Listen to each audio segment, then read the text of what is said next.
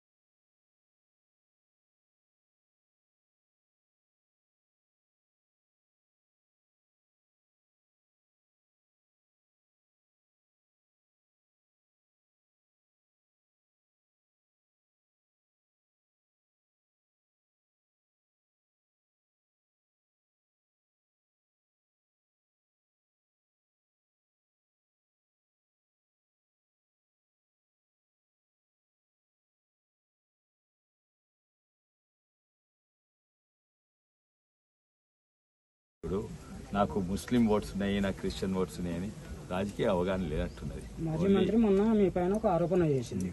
మాజీ మంత్రి president MLA BJP నుంచి కాంగ్రెస్ నుంచి రెడ్డిలు ఉండ్రు, బీఆర్ఎస్ నుంచి బీసీ అభ్యర్థిని నిలబెడుతున్నాం. బీసీ అభ్యర్థి అధిక మెజార్టీని గెలుస్తారు, ఆ రెడ్డిలు అంటూ పక్కకు దక్కుతారు అనేది ఒక మాట చేసిన మీ పైన, అంటే ఇద్దరి పైన. దానికి మీ సమాధానం? వాళ్ళు కేటీ రామారావు గారు మొన్న వికారాబాద్ మీటింగ్లో అన్నాడు ఏంటంటే ఎట్టి పరిస్థితిలో రంజిత్ రెడ్డిని ఓడగొట్టాలని.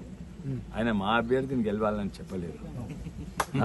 అంటే ఏమన్నట్టు ఎవరిని గెలిపియాలి, విశ్వేశ్వరుడిని గెలిపియాలని చెప్పకనే చెప్పాడు.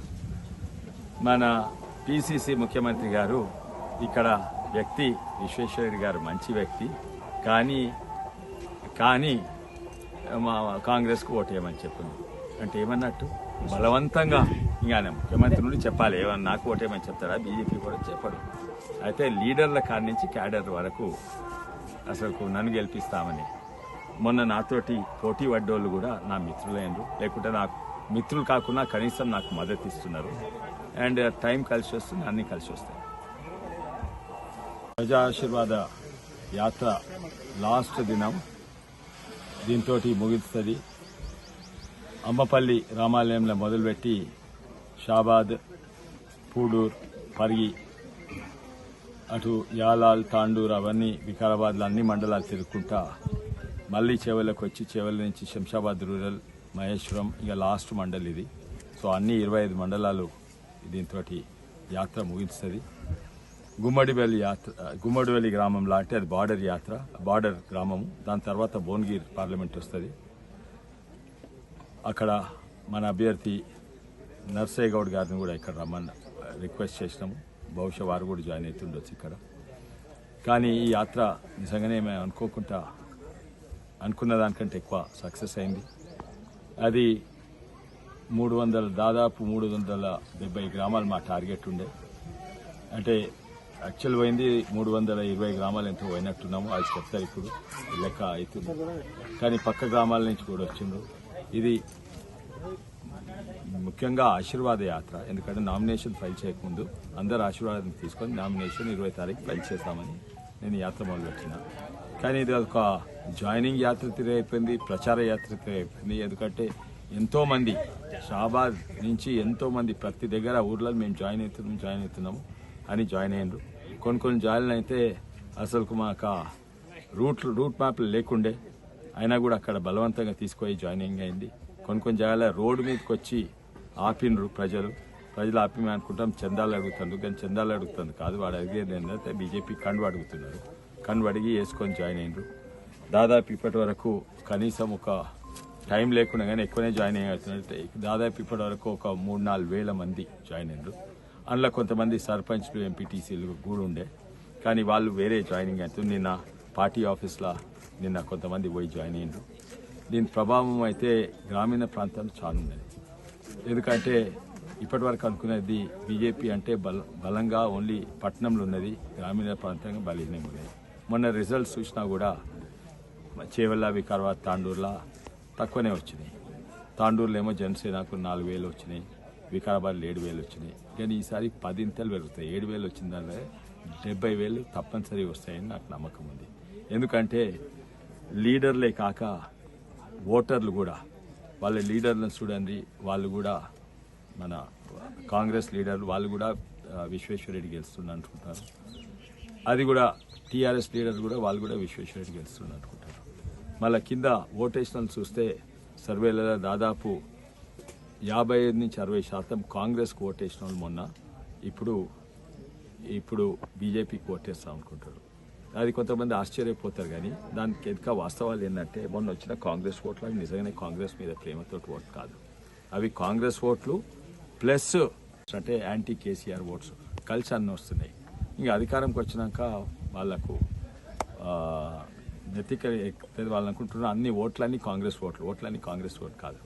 అక్కడ ఉన్నప్పుడే ఇంతకుముందు కాంగ్రెస్ ఓట్లు 20% కంటే తక్కువ, 18-19% పడిపోయిందని వాళ్ళకి కూడా తెలుసు. అందుకే ప్రతి దగ్గర డిపాజిట్ అవుతుంది.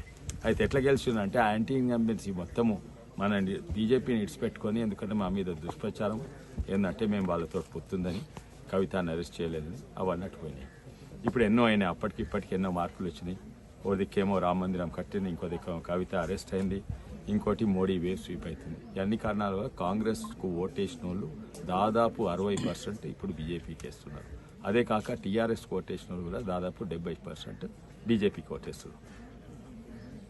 కాంగ్రెస్ ఓటేసిన వాళ్ళు బీజేపీకి ఓటేస్తున్నారు, టీఆర్ఎస్ ఓటేస్తున్నారు, బీజేపీకి ఓటేస్తున్నారు. అయితే మేమేమో ప్రజలతో తిరుగుతున్నాం, మీరు చూస్తున్నారు. కానీ వాళ్ళేమో నాయకులు అంటే తిరుగుతున్నారు, మా దగ్గర జాయిన్ కానీ విచిత్రం ఏంటంటే కాంగ్రెస్ వాళ్ళు కాంగ్రెస్ నాయకులు అంటే తిరుగుతున్నారు. కాంగ్రెస్ అభ్యర్థి ఇప్పుడు ఉన్నారు, ఆయన నిజంగానే ఆయన ఉంటాడో లేకపోతే లాస్ట్ మినిట్ చేంజ్ చేస్తుండొచ్చు. ఎందుకంటే గ్రాఫ్ మొత్తం పడిపోయింది జాయిన్ అయ్యాక. అయితే వాళ్ళంట కాంగ్రెస్ నాయకులు అంటే ఏదైతే కాంగ్రెస్ నాయకులను హింసించిండో, ఎంఆర్ఓలను బట్టి పోలీసు వాళ్ళని బట్టి హింసించిండో, ఇప్పుడు వాళ్ళనే బట్టలాడే పరిస్థితి అవుతుంది. నాకు సపోర్ట్ ఇవ్వండి. అది ఇంకొంతమంది బీజేపీ నాయకులు ఎంత జాయిన్ అని తిరుగుతున్నారు. ఈ యాత్ర చూసి వాళ్ళు కూడా యాత్ర ప్లాన్ చేసిండ్రు. ఇదే యాత్ర నక్షాలు తెప్పించిండ్రు. మేము కార్ల యాత్ర చేస్తే మేము పాదయాత్ర చేస్తామని ఏదో చేసిండ్రు. తర్వాత ఆ యాత్రను కూడా క్యాన్సిల్ చేసిండ్రు. అది తెలుసు, ఎందుకంటే ఆయనకు తెలిసి ఏమవుతుందో. ఎన్నో గ్రామాలు 300 గ్రామాలు నేను తిరిగితే దాంట్లో 95% ఆయన ఎప్పుడు అడుగు కూడా పెట్టలేదు. నేను ప్రతి గ్రామానికి 3-4 పచ్చాలు పోయినా. అయితే మళ్ళీ ఎలక్షన్స్కి వచ్చిండని తరిమి వెళ్ళగొట్టగాలని ఆ యాత్ర క్యాన్సిల్ చేసుకుంటాం. డిబేట్లు పెడదామంటే ఎంతోమంది ఆ డిబేట్ల నుంచి క్యాన్సిల్ అయ్యారు. ఇంగ్లీష్లో చికెన్ అవుట్ అంటారు, డిబేట్ల నుంచి చికెన్ అవుట్ అయ్యారు. అయితే ఇటువంటి పరిస్థితి ఉంది. కానీ మేమైతే ప్రచారం చాలా ముందు మొదలుపెట్టినాము. దాన్ని అంతో రోజు ఇంకో ఎత్తుకు తీసుకుపోతున్నాము. లాస్ట్ డే వరకు పీక్గా తీసుకోవాలి. మేము ఊకుండేటోళ్ళం కాదు, ఎందుకంటే మాకు హయ్యెస్ట్ మెజారిటీ చేవెళ్ళ రావాలని ఉంది. అండ్ మేము ప్రధానమంత్రి మోడీ గారికి ఇది కానుక ఇస్తాము. ఎందుకంటే ఇది కాదు కానుక, నిజమైన కానుక అంటే మాకు 500 సర్పంచ్ కావాలి, 5,000 వార్డు మెంబర్లు కావాలి, అన్ని మున్సిపాలిటీస్ మా చేతులు ఉండాలి, కనీసం 6 ఎమ్మెల్యేలు మా చేతులు ఉండాలి చేవెళ్ళ ప్రాంతంలో. అప్పుడు ముఖ్యమంత్రి కూడా బీజేపీ, వచ్చే ముఖ్యమంత్రి కూడా బీజేపీ అవుతుంది. అది నిజమైన కానుక. ఎంత మెజార్టీ అనుకుంటున్నాం? మేము 3 లక్షల మెజార్టీ అనుకుంటున్నాము. కానీ ఇది పోటీ ప్రజలు పైసల మధ్యలో, ప్రజలు విస్కీ బాటిల్ మధ్యలో, ప్రజలు ల్యాండ్ గ్రాబర్స్ మధ్యలో, ఇవన్నిటి మధ్యలో. అండ్ మేమైతే భారీ మెజార్టీతో గెలుస్తాం అనుకుంటున్నాం. సర్వేలు కూడా అదే చూపెడుతుంది. ఇంకోటి ఏంటంటే మేము కుల మత రాజకీయాలు చేయము. వాళ్ళ అభ్యర్థి అంటేనే ఉన్నాడు ఏంటంటే నాకు 4 లక్షల ముస్లిం ఓట్స్ ఉన్నాయి, నాకు 2 లక్షల క్రిస్టియన్ ఓట్లు ఉన్నాయి, అయితే నేను గెలుస్తా. అది నేను అనుకుంటే రాజకీయ అవగాహన లేనట్టున్నది. ఆయనకి బిజినెస్, ల్యాండ్ గ్రాబింగ్లు, పౌల్ట్రీ ఫీడ్ తప్ప.